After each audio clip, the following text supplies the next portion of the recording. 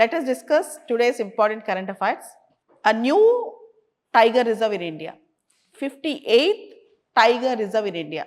Madhav Tiger Reserve, located in Shivpuri district of the Gwalior Chambal region of Madhya Pradesh. The Madhav Tiger Reserve spans 1751 square kilometers with a core area of 375 square kilometers and a buffer zone of 1276 square kilometers.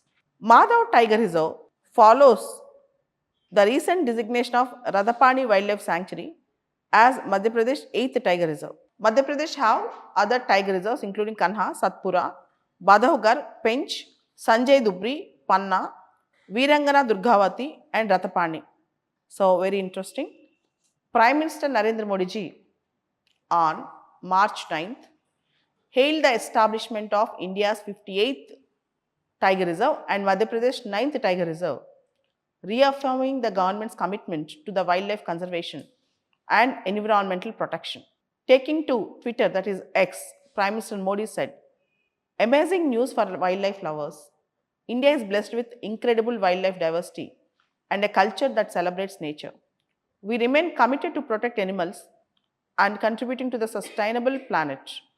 4 more reserves in the state of Karnataka, Chhattisgarh, Odisha and Arunachal Pradesh are waiting for declaration as tiger reserves. Tiger reserves are notified by the state government after in-principle approval is given by National Tiger Conservation Authority. NTCA, National Tiger Conservation Authority, is a statutory body which works under Ministry of Environment. It's very important. And if you see the present tiger reserve, that is Madhav Tiger Reserve, the 58th Tiger Reserve of India, is a home to antelopes like nilgai, chinkara, chausinga, and deers including cheetal, sambar, and barking deer. Animals like leopard, wolf, jackal, fox, wild dog, wild pig, porcupine, python, etc. can also be seen in Madhav Tiger Reserve. So, in India, if you observe, in India, in 1973, we started Project Tiger, and in 2006, we have amended Wildlife Protection Act. In the year 1972, Wildlife Protection Act was enacted. In the year 2006, Wildlife Protection Act was amended to establish National Tiger Conservation Authority as a statutory body and also Wildlife Crime Control Bureau. In 2023, International Big Cat Alliance was launched on the occasion of 50th anniversary of Project Tiger. And in India, if you observe, if you see the statewide tiger reserves, Madhya Pradesh tops with 9 tiger reserves, Maharashtra 6, Karnataka, Rajasthan and Tamil Nadu 5 each, Assam and Chhattisgarh 4 each, Arunachal Pradesh and UP 3 each, Kerala, Odisha, Telangana, Uttarakhand, West Bengal 2 each, Andhra Pradesh, Bihar, Jharkhand and Mizoram 1 each. These tiger reserves are, see, in which state we have highest number of tiger reserves? Which tiger reserve is located in which state? This type of questions we can expect in prelims.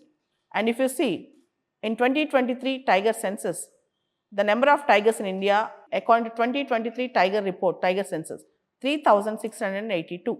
If you see in 2006, we have 1,411 tigers in India, 2010, 1,706 tigers, 2014, 2,226 tigers in India, 2018, 2,967 tigers, and 2023, 3,682 tigers. This is very important.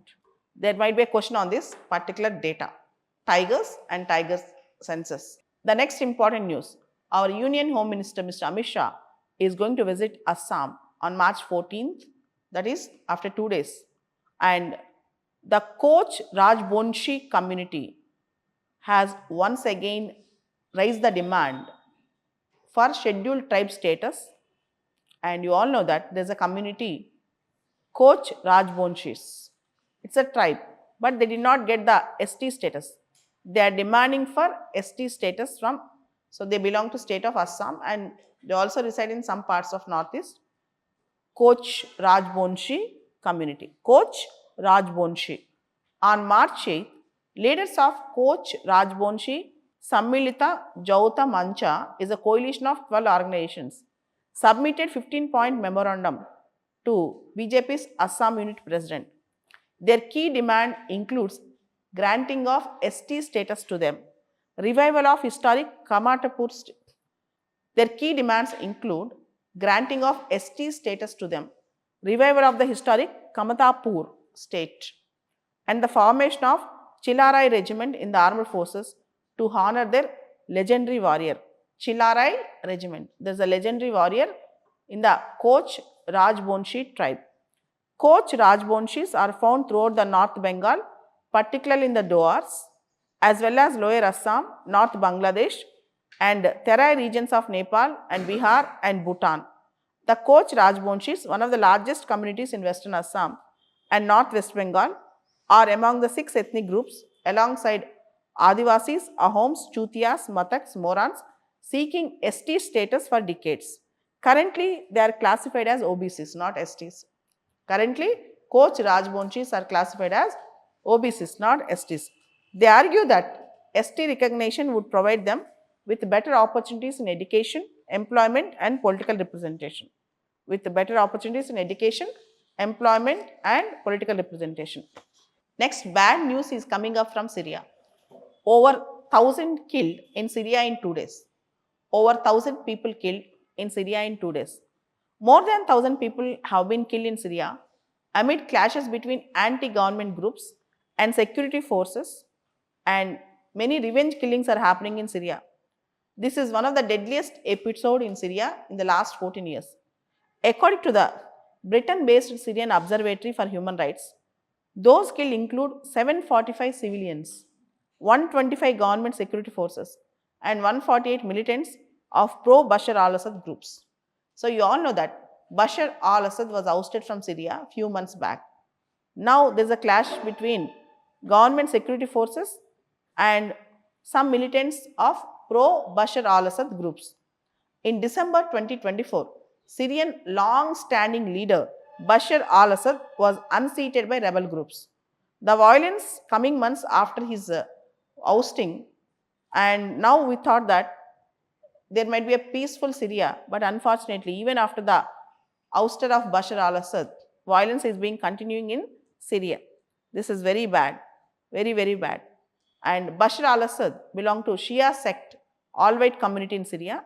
The all-whites are a minority, but they have dominated till Bashar al-Assad was in power. They belong to minority sect, but still they dominated the Syria. Now, the group that has come to the power after the fall of Bashar al-Assad, that is HTS. After the fall of Bashar al-Assad, the group that have come into power is HTS. Hayat Tahrir al-Sham. Hayat Tahrir al-Sham. That group is ruling in Syria. It is a Al-Qaeda offshoot. It has the roots of Al-Qaeda. HTS has the roots from Al-Qaeda. All whites and other senior minorities such as Christians, etc., they are now fearful of facing persecution. They are fearful of facing persecution. Although the interim president Ahmad al-Shara have pledged that he won't carry such persecution, but people are worrying about that. So in Syria, there was a clash between militant groups which are supporting the previous government, that is Bashar al-Assad government, and the government security forces. There is a clash. Unfortunately, civilians are being killed in the war, in the clash. That's the issue, very bad issue. Next important news, there's a news that is coming with respect to Mauritius. India says it will support Mauritius on the issue of Chagos Islands. We all know that Chagos Islands is a bone of contention between UK and Mauritius. In the year 1965, Britain have given independence to Mauritius, but retained the Chagos Islands. And after few years, Britain have leased it out to America. And then that lease also over. Now, Mauritius is saying Chagos Islands belong to Mauritius and Britain has to return to Mauritius. UK considers that Chagos Islands are the overseas territory of UK. But now Mauritius is strongly demanding Chagos. And here, Mauritius is exactly located in the central Indian Ocean, and Chagos and Mauritius, they are both archipelagos. India has supported Mauritius in its stand on its sovereignty over Chagos archipelago, and this is the long-standing position of India with respect to decolonialization and sovereignty and territorial integrity of small countries and developing countries. Foreign Secretary of India Vikram Misri said.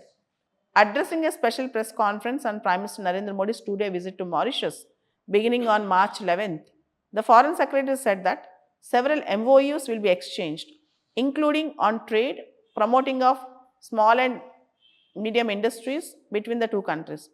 During the current visit, Prime Minister Modi will expect to sign a technical agreement on sharing wide shipping information between Indian Navy and Mauritius authorities.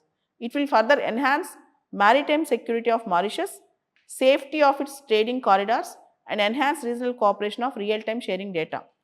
It will also enable Indian authorities and Mauritius authorities to cooperate in preventing illegal activities, improve Mauritius maritime domain awareness in the region.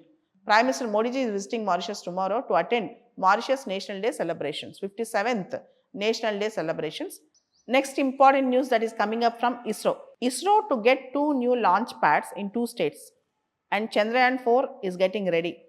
The Indian Space Research Organization is set to expand its capabilities with two new launch pads, said by ISRO Chairman V. Narayanan.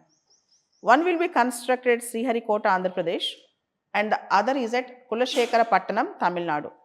The Kulashekharapatnam, Tamil Nadu. One is at Sriharikota, Andhra Pradesh. The second is at Kulashekharapatnam, Tamil Nadu. These facilities are expected to be operational within 2 years, supporting ISRO's growing launch profile and enhancing India's space exploration capabilities. Chairman Narayanan also announced ambitious plans for Chandrayaan 4, slated for 2028 launch. Unlike its predecessor, Chandrayaan 3, which is weighted 4,000 kg, Chandrayaan 4 will weight around 9,200 kg and involve two modules docked in space. Its primary goal is to land on the moon and to retrieve the samples, marking a significant leap in India's lunar exploration efforts.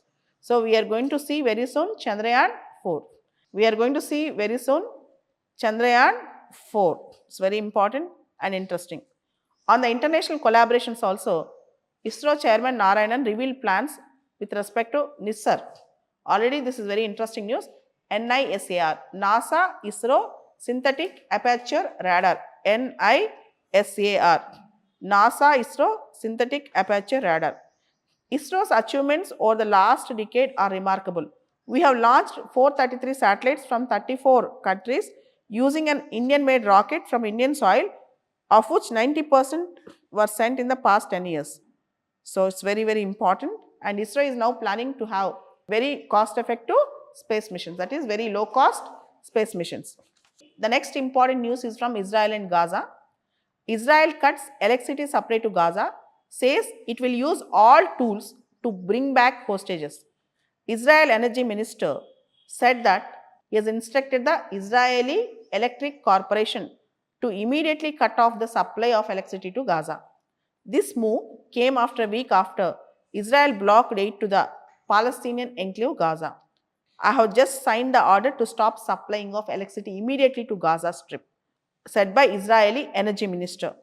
We will use all tools at our disposal to bring back our hostages. Hamas should be no longer in Gaza.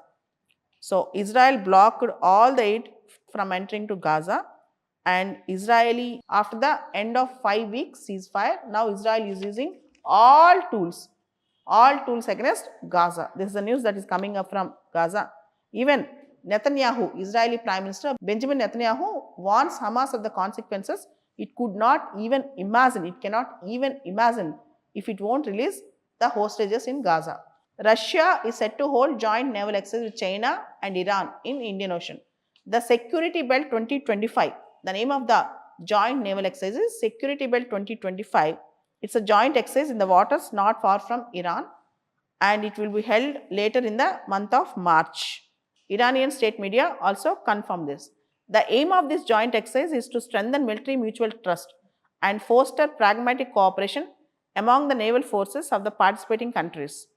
And as per the report, observers from Azerbaijan, South Africa, Oman, Kazakhstan, Pakistan, Qatar, UAE and Sri Lanka will also monitor the exercise. So, it is very close to India.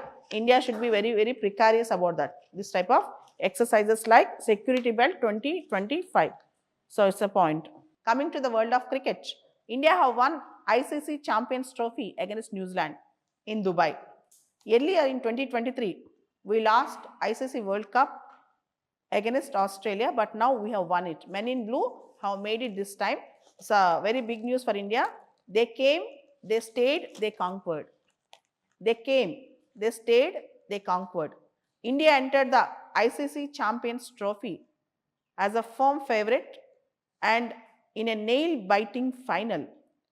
The men in blue held their nerve to edge, passed New Zealand by 4 wickets with an over to spare at Dubai International Cricket Stadium on Sunday.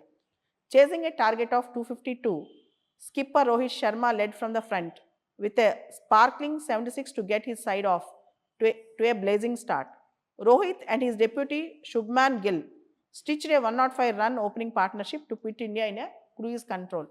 The spunky Kiwis, that is the New Zealand, though they had a remarkable comeback, but still they could not sustain our strength.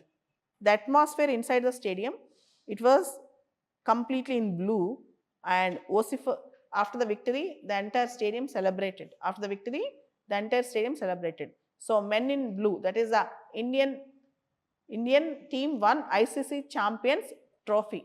We have won the ICC Champions Trophy. This is an interesting news that is coming up. Protests are continuing in Manipur. Women blocked the vital highway in Manipur. Women protesters blocked National Highway number 2 in Kanjopki district of Manipur on March 9th, a day after the area witnessed clashes between security forces and Kuki Jo people that left one person killed. A shutdown observed in the hill district of Churchandpur. It also affected the movement of vehicles. An indefinite shutdown was called by civil society group in all the Kuki-Jo areas. You all know that from last 2 years there is a big communal clash between Kukis and Metis in Manipur, and the issue went flared up very badly. Situation is not yet controlled in Manipur. And the other important news that is coming up, delimitation. The DMK leaders, ministers from Tamil Nadu and also MPs, they are going to visit 7 states to support South Indian states, and South Indian states should not get badly affected with the delimitation process with respect to the MP seats in the South Indian states. As part of its efforts to build a momentum against a likely population-based delimitation exercise, the ruling DMK in Tamil Nadu has decided to send ministers and MPs to 7 states to muster support from other political parties so that the Lok Sabha delimitation process will not adversely affect the South Indian states and will not stagnate the South Indian states with the minimum number of MPs, and North Indian states should not take advantage of their population explosion. So now Tamil Nadu CM is steadfast and he is taking all the steps to do that. This might be our question this time with respect to delimitation in the mains. Already in the last year prelims they have given complete details about that. In prelims we already got the question on delimitation. In mails also we can expect this time. Jaishankar visit to UK, Ireland, and security breach during Jaishankar's visit. And more importantly, India-UK FTA, India-European Union Free Trade Agreement, and how now India is looking at Europe, diversifying its friends and partners. So the entire article, building capacities, is very important. Next important article is about Iran, America, and the Middle East politics. Second chance, Iran has a reason to be wary of Trump's dialogue proposal. It was Donald Trump who sabotaged the 2015 JCPOA, better known as Iranian nuclear deal. When Mr. Trump have come into power for the first time in 2017, he cancelled all the deals and imposed sanctions on Iran. Now again, Trump wanted to have a dialogue with Iran, but Iran should be very cautious about this dialogue. And this America's Iran policy will also affect the entire Middle East combinations and Middle East politics. So, in 2018, Donald Trump imposed maximum pressure policy on Iran. In 2018, Donald Trump imposed maximum pressure policy on Iran. And also we can see, after Trump's exit in 2021 from White House, America's policy towards Iran was subtle.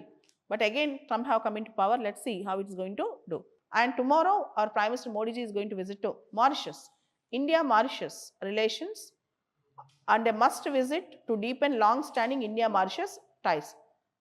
In our current era of geopolitical churn and uncertainty, Prime Minister Modi's visit to Mauritius on March 11th and 12th will be a celebration of the deep and long-standing ties between the India and Mauritius. In 2015, Modi ji visited Mauritius exactly 10 years back. But on this occasion now, he will be the guest of honor on the Independence Day celebrations of Mauritius. India and Mauritius have enjoyed political consensus irrespective of the party in power in either country. Mauritius has a new government in power led by Naveen Ramgoolam of Labour Party. Naveen Ramgoolam, the present Prime Minister of Mauritius, belongs to Labour Party, whose coalition won a landslide victory in the elections held in November 2024. While India-Mauritius relations will continue to be positive and stable, this visit of Prime Minister Modi provides an opportunity for Mr. Modi to establish personal connect with Ramgoolam and reassure him that India's continuing support to the Mauritius security and prosperity. It's a very important visit for India.